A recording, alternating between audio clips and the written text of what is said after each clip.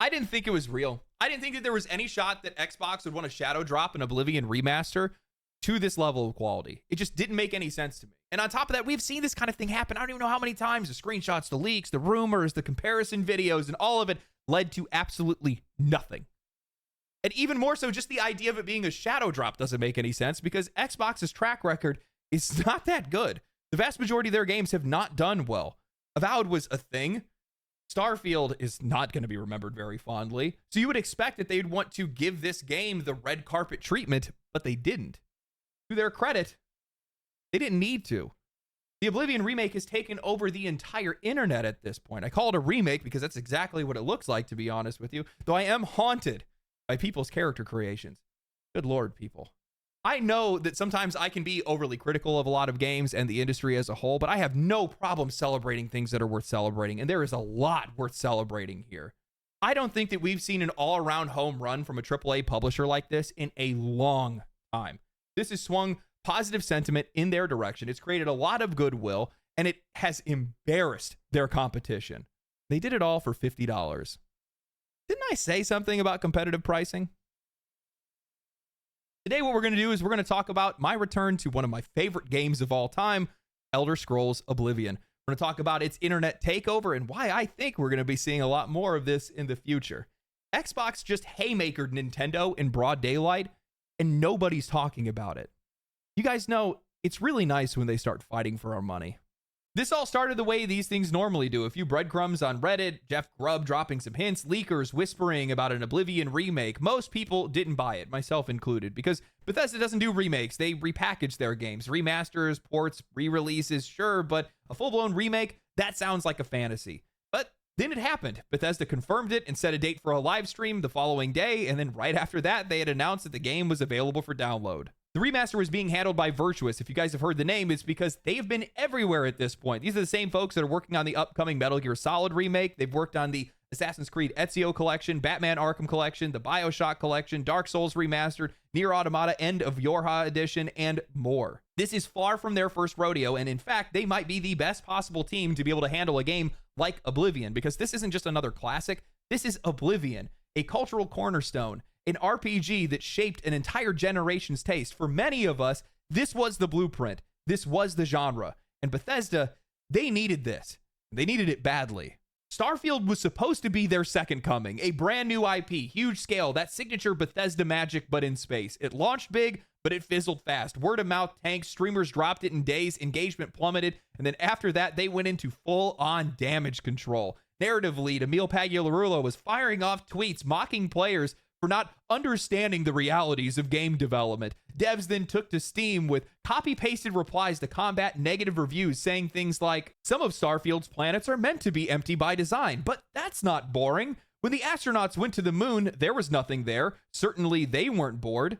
Guys, what the hell were you even doing? This was a complete mess. Starfield didn't flop because it was broken. It flopped because it was dull. It didn't live. It didn't breathe. It didn't matter more than anything else. And that opened the door to the question whether or not Bethesda still has what it takes to even make games that people love.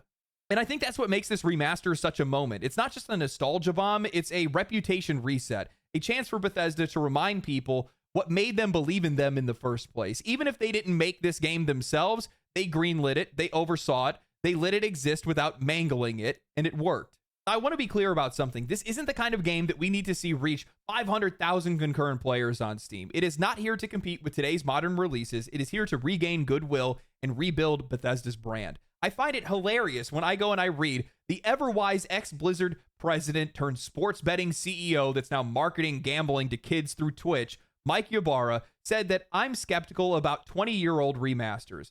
What was once fantastic, now remastered, will never hold up to modern masterpieces like Elden Ring. The bar has simply moved from a safe open-world RPG to what Elden Ring brought us all. I would love to be proven wrong, but I'm not. Only he was proven wrong within hours. The game exploded on Steam with over 182,000 concurrent players. It probably sold millions of copies straight out of the gate. My feed has been wall-to-wall Oblivion lately. Screenshots, bugs, memes, goofy faces, pure joy. I've never seen so many grown men misty-eyed over a game drop. Games like the Oblivion remaster are not here to define the modern era. They are here to remind us and developers of the past. and let us revisit it with a new coat of paint. They are made cheap, sub $100 million. They don't need to sell 10 million copies to be viable. Nobody needs Oblivion to stand toe-to-toe with Elden Ring. We need Elder Scrolls 6 to do that. Why do you think that they released the game for $50, Mikey? Now, I've been playing it myself, and oh man, I'm just going to say it. This has to be one of the hardest start screens in gaming history. Once that theme kicked in, I just sat there staring for like 15 minutes, total blackout. Is this actually happening? It's wild to think that it's been almost 20 years, 2 decades. I usually credit Grandia 2 on Dreamcast for being the game that made me fall in love with RPGs, but Oblivion is the one that coded it into my DNA. People will tell you how revolutionary it was, how open it felt, how immersive it was, but that undersells it. For a lot of us, this isn't just our favorite game. This is the game. This is the one that defined an era. I still to this day struggle to explain what it felt like to play the game. It was a real adventure, streamlined from Morrowind for sure. It was much more accessible, but that didn't really matter. Before Elden Ring was the game that was praised for just letting you go, Oblivion was already doing it. I put thousands of hours into the game without even trying. You guys have to understand, this is before YouTube guides, pre-Twitch. You didn't even know what was coming. You couldn't plan. That mystery, that sense of unpredictability, it was electric. I remember getting caught and tossed in jail, ended up invited into the Thieves Guild. Then I went and I botched a job where I killed a guy by accident. I got kicked out, and suddenly I'm now being recruited into the Dark Brotherhood. I would spend hours just wandering the land, finding ruins, delving into dungeons, interacting with everything I could to build up my proficiencies. I forgot that the main quest even existed until I stumbled over a hill and saw an Oblivion gate in the distance. This was the first time I had ever played a game that was reacting to me, not leading me. You didn't play Oblivion, you lived it. And somehow, some way, we get to do that all over again. I don't think people recognize how special of an occasion this is. Virtuous delivered exactly what this game needed. It is still janky, it's still weird, it's still buggy, but it's sharper, cleaner, and more modern where it counts. They kept the creation engine as the system that is running the game's logic, but they layered Unreal Engine 5 over the top of it to graphically bring it into the modern era. They let it be what it was, but just with a bit more polish. I mean, they still even kept the goofy misreads from the voice actors in the original. I heard that thieves broke into the Arcane University, the Imperial Legion compound, and the temple all on the same night. Wait a minute, let me do that one again. Combat feels tighter, the UI is cleaner, you can actually assign your stats manually instead of just getting locked into a starting class. Small, smart, meaningful changes. That is all this game needed. And man, booting this game up after so many years, it feels surreal. Sure, the colors could pop more, performance is a little bit iffy. It's Unreal Engine 5, so it's kind of a mess on PC and console. That's becoming a bit of a trend lately, not a good one. Definitely makes me worried about the future of games with more studios wanting to adopt Unreal Engine 5, but in motion, it's beautiful. The Imperial City glowing on the horizon, stars above the forest. The scope of the game feels real. The models, yeah, to be honest with you, a lot of them actually fall into the uncanny territory. It's definitely not how I imagined some of these characters would look using modern textures, but Bethesda has skipped an entire generation of hardware. It has been 20 years since Oblivion released. It's been over a decade now since Skyrim released, so anything at this point is going to look otherworldly.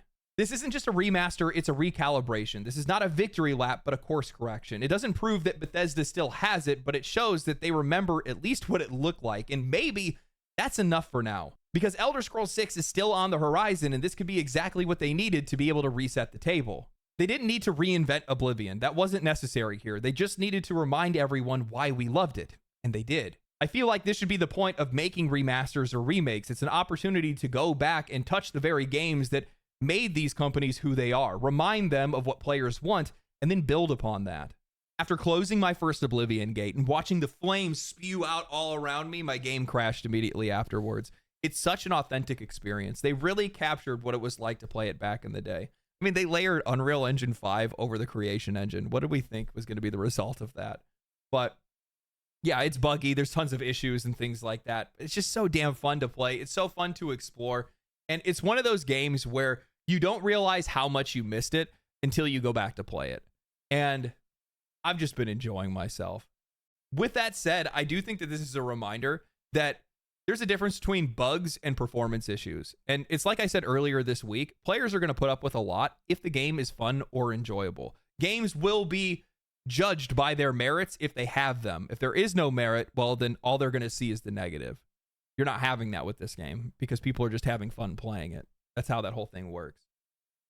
I know this is a Bethesda-led project, and Virtuous is the one that actually developed it. And those guys have been cooking, by the way. Holy shit.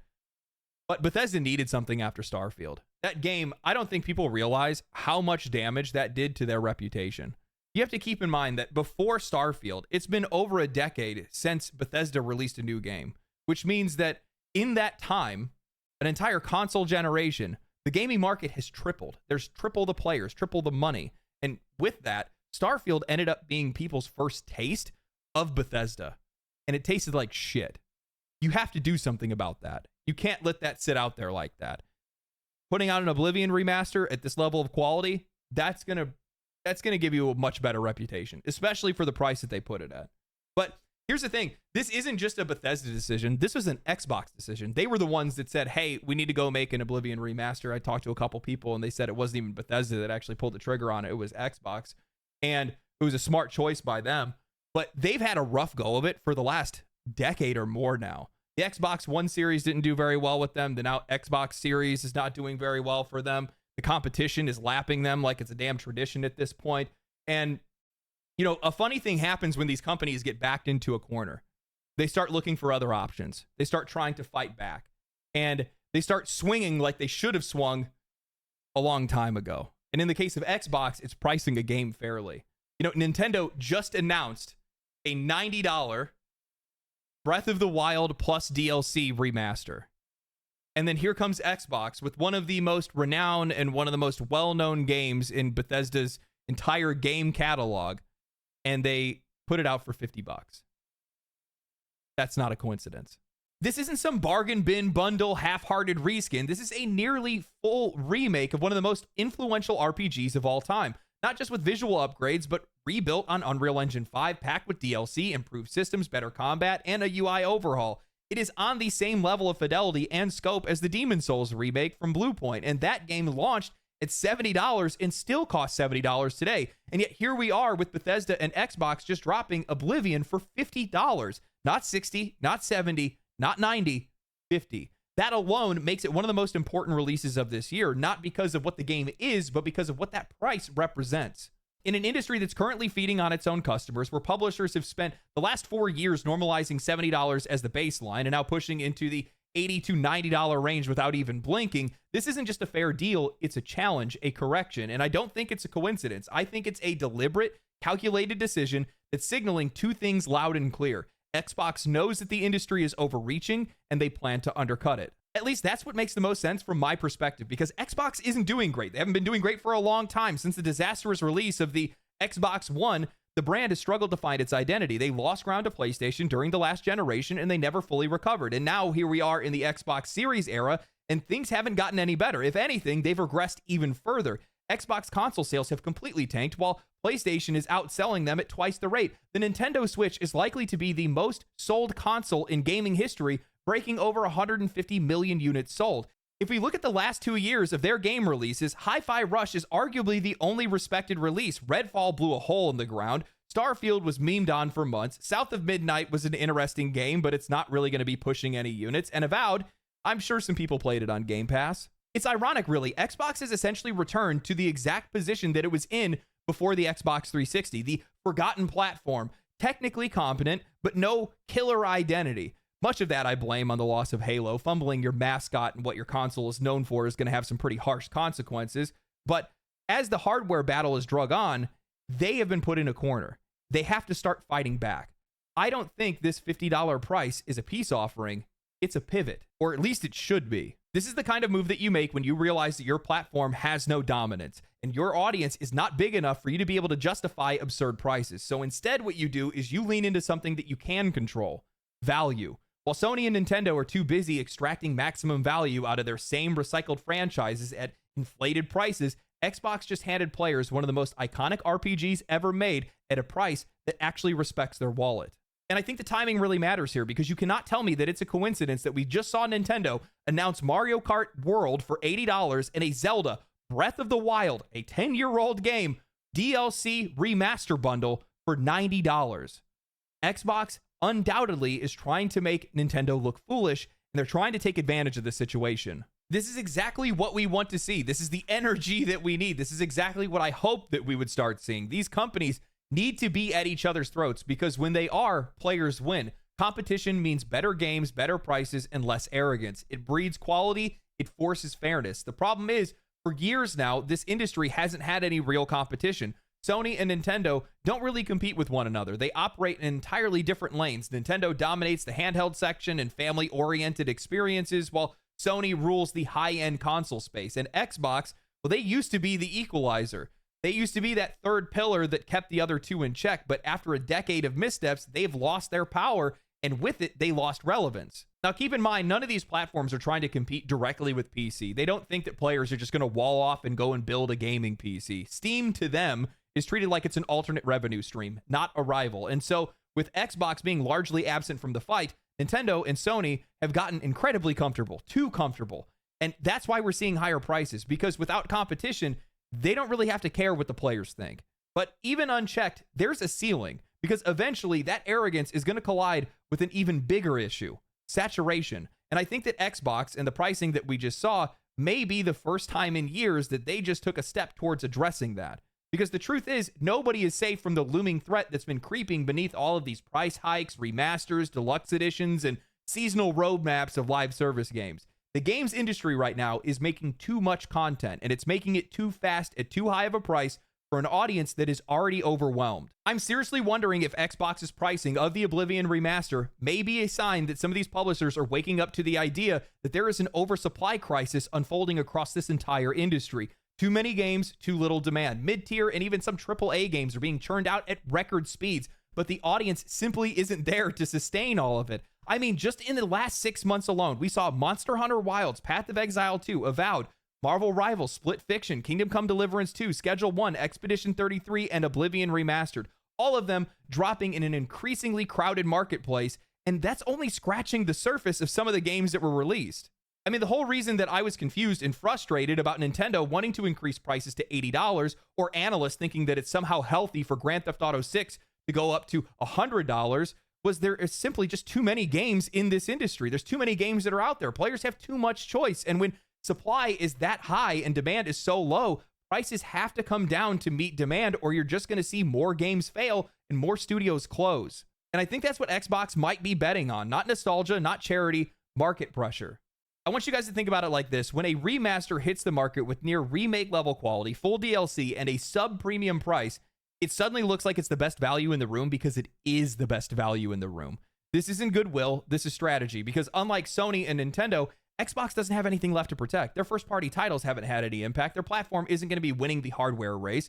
Their legacy titles, Halo, Gears, Fable, they've either gone cold or gone missing. Game Pass, while smart in theory, hasn't really become the Netflix of gaming like they would have hoped, so the only way that these guys can compete is through value. This is why I think Xbox might actually be learning, not because they care more, not because they've suddenly wanted to become more consumer first, but because they're desperate. They've lost too much ground to be able to play by the old rules, so now they're going to start trying to test out some new ones. Out of the three major platform holders, they are the weakest, but they're also the most dangerous, especially given the fact that they have done away with console exclusivity. So if they start slashing prices, that's going to become a problem because they're not just going to be doing it on their platform, they're going to be doing it on their competitors' platforms as well. I'm really hoping that this isn't just some one-off play because this could be the start of a winning strategy. Think about the games that Xbox has in their pipeline. Doom Dark Ages, Gears of War E-Day, Fable. These aren't throwaway titles. These are high-profile IPs with built-in audiences. If Xbox sticks to this model, competitive pricing, multi-platform releases, they could position themselves as the one major publisher that's actually in touch with reality. Now, to be clear, I don't think that's actually going to happen. I don't have a lot of faith in this industry or these publishers to think that these guys are going to have the foresight to realize that if you slash your prices in response to your competition increasing theirs, you're going to be able to reach higher revenues. You're going to be able to reach a much wider audience. But if anybody could do it, it would be Xbox. They're the ones that are the best positioned to be able to pull this off in the first place. Their games are largely subsidized through Game Pass to begin with. They already have done away with console exclusivity. So you're going to be cutting prices on their platform. Imagine how much that would suck to be them. Imagine the impact of a game like Doom Dark Ages dropping for $60 instead of $70. I know it's already at $70 right now, but this is a hypothetical more than anything else. I wish these companies would wake up to realize this. The problem is these guys, for the most part, have banded against us. They've been working together. They've been following one another rather than actually competing with one another. And because of that, things have been incredibly unfair for us. You know, I saw somebody that was very upset with the fact that I was talking about the Elder Scrolls Oblivion and its remaster and how much I've been enjoying it, and I've been memeing on Twitter and stuff about it and whatnot. And they said that you cry for change, but you keep handing them money. We only get change if we vote with our wallets. And voting with your wallet doesn't mean not buying anything, because things really aren't going to change, and that's not even realistic to begin with. People are just going to buy something instead. But supporting a near remake like Oblivion for $50 is the exact kind of message that you want to send. You want to reward good behavior. Don't buy the bad games. Buy the good games. You're not going to, we're not winning anything if you're not buying games that are actually good or worth supporting. You want to send a signal to these companies saying, hey, this is what I want, and I want more of it. And then they'll make more of it. Essentially, that's how it's supposed to work. Whether it actually does, I guess we'll find out in the future. But yeah, I've been having a lot of fun playing Oblivion. It has been so great to return back to the game. Oh, man. It's been so long since I've played in a Bethesda title to begin with. I think I only played like 15 hours of Starfield before I gave it up. But I've just been having a lot of fun. It's honestly one of my favorite games of all time. So it's kind of surreal that they even made a remaster like this in the first place. It's been blowing my mind. Though I still need to play Expedition 33 and also the Marathon Alpha. Apparently Bungie wants to talk to me. We'll see how that goes. Anyway, hope you guys enjoyed the video. Hope you guys have been enjoying Oblivion. I'm going to be playing a little bit more of it tonight. Hopefully I'll play some Expedition 33 as well. But yeah, outside of that, stay cool, stay righteous, stay safe. I'll catch you guys in the next one. Family, family, family, family.